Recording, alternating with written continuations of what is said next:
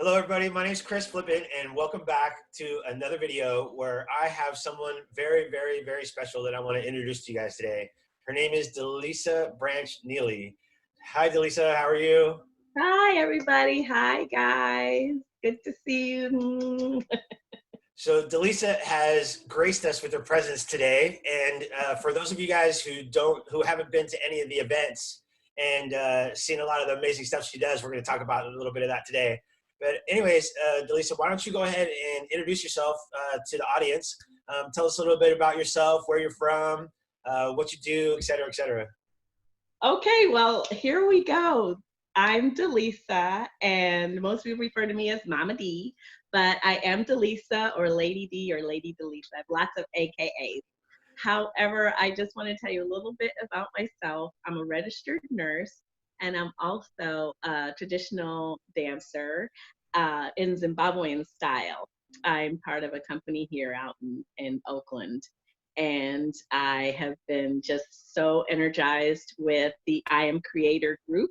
So I'm a very big I Am Creator member, and that is with Master Shri Arkashana and all the insiders on that Facebook group. And I've been doing quite a lot in there over the past year.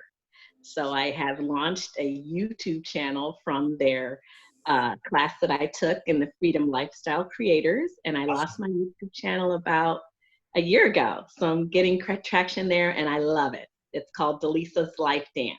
So thank you, Chris. Yep. So that will definitely be, there'll be a link in the description below for all of you guys who want to check it out. And if you guys haven't seen the way that DeLisa dances, it is absolutely phenomenal. I mean, she gets into the traditional, the what would you call the wardrobe, the traditional wardrobes that they have there, and it's amazing. You definitely have to check out the videos for that. They're truly phenomenal. All right, so DeLisa, tell us a little bit about what life was like growing up for you. Like, what was it like when you were a kid, when you were a teen, and tell us a little bit about that. Well, as a child, I grew up in what's called a nuclear traditional family, mom, dad, three sisters. I grew up in upstate New York, and it was a very blessed childhood. I'm a child of the 60s. And so all of that, the good things and the turmoil during that turbulent time period, Right. I was produced during that time period. So are you like the middle kid, the oldest, the youngest? Where are you in the I am the third out of three girls. Wow. My father and mother affectionately called us the 3Ds, Deborah, Denise, and DeLisa.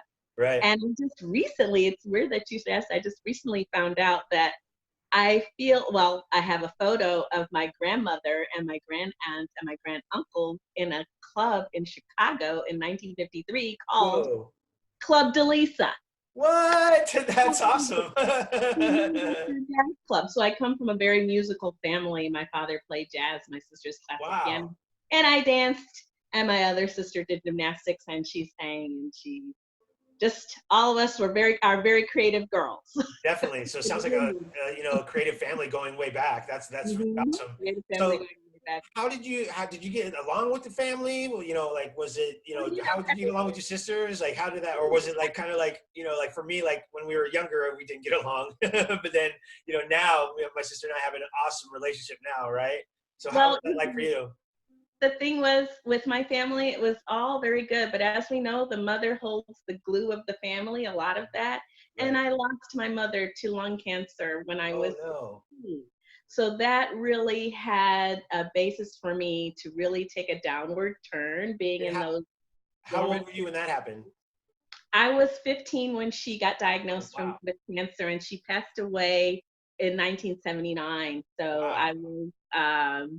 I was 16. So it was very devastating to the whole family at that point. And it was rather a very low point in my life and my sister's life. So things became more fractured at that time for the next few years and on through my college years.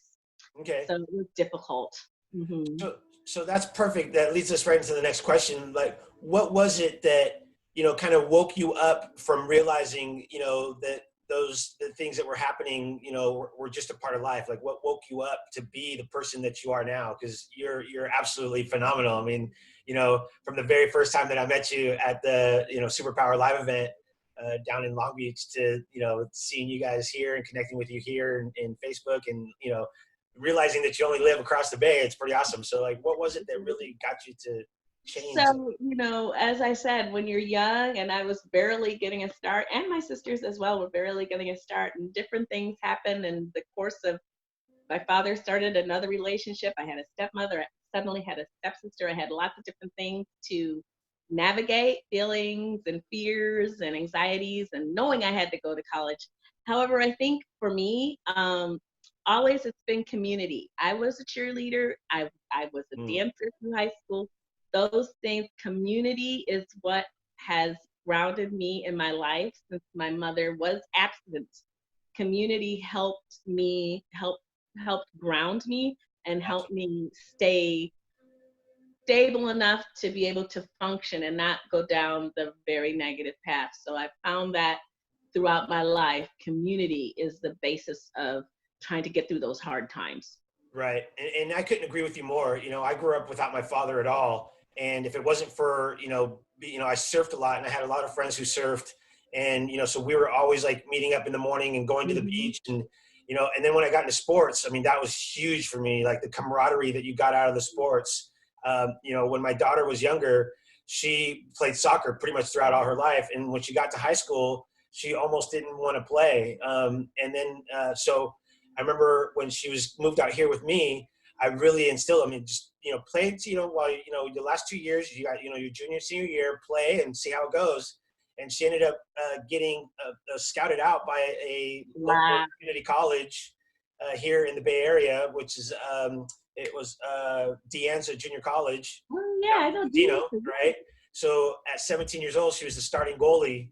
And then she ended up getting a scholarship for a full ride scholarship for soccer, to be able to go to finish out the last 2 years down in Southern California. So and the thing that was so awesome with that is that after later on, like now, like she's graduated, and talking to her about that, she's thanks me for having her continue to that, because of how many the group of friends that she created there are still friends with her now. So I definitely agree with you. The camaraderie that you get from stuff like that is extremely helpful. Now, would you say that was what kind of woke you up to the path that you're on now?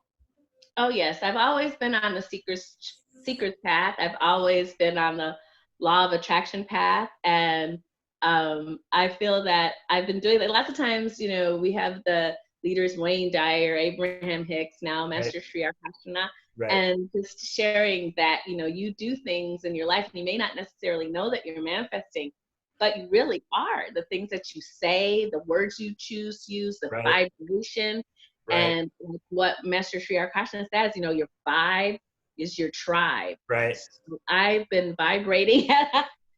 That's awesome. Vibe lately. Right. And that's, one of the things that, that cracks me up. And this is for me, like, before I really understood the law of attraction, it was like, you hear so many times people say, well, the law of attraction is not working for me. It's like, no. It's working perfectly. It's a law. There's no, like, sometimes this and sometimes no, right? It's like, the law, like the speeding, right? Like you're either are or you're not, right? There is no in between. And with the law of attraction, it's not like it's a theory, right? It's like, but that's what a lot of people don't realize is that, they go through life manifesting by default, right? And that was kind of like for me in the past, before I really started to pay attention to it, I was manifesting by default. And now that I understand how it works, that we don't get what we want, that we get what we are. I mean, I've completely changed, the way I view things, and mostly with the power of the words. If you guys, I don't know if you got a chance to see my video that I did on the power of words, and with Dr. Emoto, like he proved that your words can literally change the physical makeup of your body, by what he did with the water. And so now that after seeing that, I was just like, oh my gosh, it completely changed the way I talk about myself and others, more so now than it even did before. So let me ask you, what would you say is your greatest strength that you've been able to, through life? Like, what have you been able to really hold on to that pulls you through? That's good. Good question. And I've been thinking about that. And I feel with me, my greatest strength is that I I kind of feel like I'm a people magnet. I enjoy people That's for and I sure. enjoy life. And I think, you know, I think that's my greatest strength is that I love people. And, because I have this love for people, for small people, big people, and also for animals and all creatures. Right. Right. Have a knack for that. So that's my strength because I feel like I am relatable, easy for people to relate to, and I Yeah. can relate to them. And that exchange happens pretty seamlessly. And I Yeah. think that's a strength. I would absolutely agree with you that that's definitely one of your strengths. Now, let me ask you on the flip side of that, what would you say is one of like your greatest weaknesses and why? I think one of my greatest weaknesses may be that I am very nice. And I think that that can be viewed as it can be a weakness because I've been taken advantage of in several different ways because of Mhm. that niceness. Like I'm not strong or I'm not, you know, because Right. I'm not nice, I don't have that strength. So Yeah. that's a weakness. And I have to really be in tune with myself to kind of, know and understand that part of myself. Right. And so that's a part of myself that I have been working on, Yeah. actually mainly in my adult years. Yeah, I definitely agree with you, and it's kind of sad, Yeah. that a lot of people really exploit that kindness because they see it as a weakness, and I've had the similar problems in the past, and for me, like the why I think it was like a weakness for me in the past was the fact that I always wanted to see the good in people, right? Right. And when I saw a little bit of good in someone, I'm like, I wanted to hold on to that. I'm like, no, no, no, you're a good person. I know you are. you know, if you could just and then I got caught up in the trying to fix people, and that was just a big mess. Yeah. And, so That. I've Yeah. I've kind of come to realize that everybody's on their own journey. So let me ask you Exactly. this: like, how did you overcome that weakness? Like, what was it that like Um, now that's made you help you overcome that? I think doing a lot of the self development, like not trying to fix everybody else, but actually look inward and do things that fix myself, and that helps me, be able to have a more powerful input, be able to understand that okay, like you said, this person's here. Okay, I can respect that. I don't need to necessarily put my whole self into Right. that, whatever is going on with that person, or what I can say, okay, I can recognize that, okay, this is where they are, and that's fine. And this is where I am, and this is where I need to be. So that self development, self work Right. that I do on self, and it's through prayer, meditation, Right. yoga, going to the different events. Right. Yeah. The events are very awesome.